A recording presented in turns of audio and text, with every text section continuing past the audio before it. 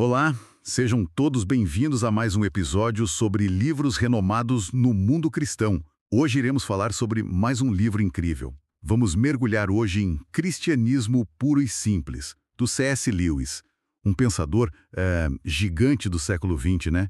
Essas ideias vieram primeiro como palestras na BBC, lá durante a Segunda Guerra, uma tentativa de explicar a fé comum num tempo bem difícil. Exato. E o interessante é que o livro não defende uma igreja específica, né? É sobre o núcleo mesmo, que ele chama de cristianismo puro e simples. A fé que une, digamos assim, quase todos os cristãos através dos tempos. Ele usa aquela metáfora do saguão de entrada, né? De onde saem as portas para os vários cômodos da fé. Isso mesmo, como um ponto de partida comum. E a nossa análise aqui, bom, vai se basear nos trechos que a gente recebeu dessa obra, que é fundamental, né? Perfeito. Então vamos lá. O livro é dividido em 4 partes. A primeira que os trechos abordam é o certo e o errado como indícios para a compreensão do sentido do universo. É onde ele fala da lei moral ou lei da natureza humana.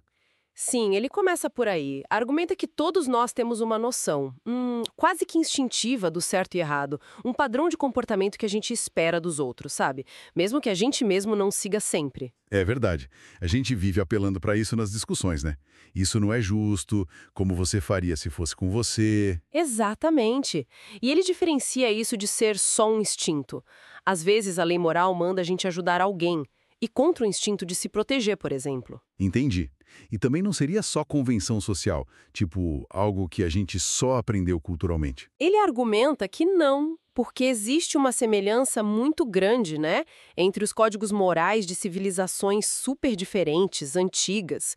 Claro que há diferenças, mas o núcleo, tipo, não matar à toa, ser justo, é muito parecido. Faz sentido? Isso apontaria para algo maior, então. Para Lewis, sim, aponta para uma realidade moral que existe de verdade, objetiva, e talvez para alguém por trás do universo, né? Um legislador. E aí, seguindo esse raciocínio nos trechos, ele entra no livro 2, no que acreditam os cristãos.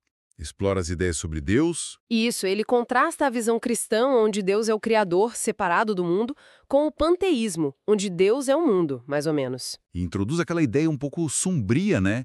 Do mundo como território ocupado pelo inimigo. Sim, a ideia de que algo deu muito errado. Uma rebelião cósmica que afetou a criação. E é nesse contexto que entra a figura central, Cristo. Ah, a famosa alternativa chocante que ele apresenta, o trilema. Exatamente.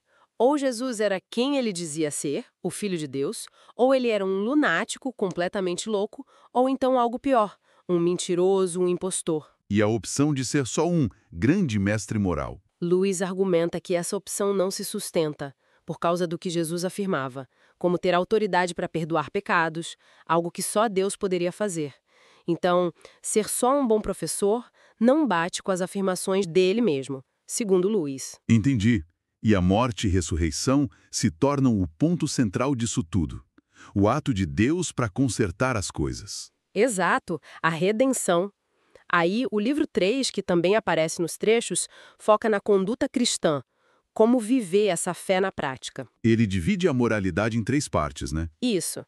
Harmonia entre as pessoas, harmonia dentro de nós mesmos e o propósito geral da vida. E discute as virtudes. Sim, as cardeais: prudência, temperança, justiça, fortaleza. E as teologais, que vêm de Deus: fé, esperança e caridade. A definição de caridade dele é interessante, não só sentir, mas agir, né? É amor como decisão da vontade, de buscar o bem do outro, mesmo quando não se sente vontade. É um conceito bem forte. E ele aborda temas bem diretos, como moralidade sexual, casamento. Pois é. Castidade ele define como fidelidade total no casamento ou abstinência completa fora dele. O casamento como uma união para a vida toda, baseada numa promessa, não só no sentimento do momento. E o perdão? Essencial. Perdoar para ser perdoado. E ele fala muito do orgulho. Ao grande pecado. Sim, porque é o pecado que nos coloca em competição direta com Deus e com os outros. É o eu em primeiro lugar, sempre. É uma barra alta essa conduta cristã que ele descreve. Sem dúvida, mostra que a gente precisa de ajuda, de transformação. O que nos leva à última parte que os trechos cobrem. O livro 4, Além da Personalidade. Aí entram umas ideias teológicas mais complexas. Tipo a Trindade. Isso. Ele tenta explicar usando analogias, né? A diferença-chave que ele traz é entre criar e gerar. Criar algo diferente de você, como um artista e a estátua. Exato.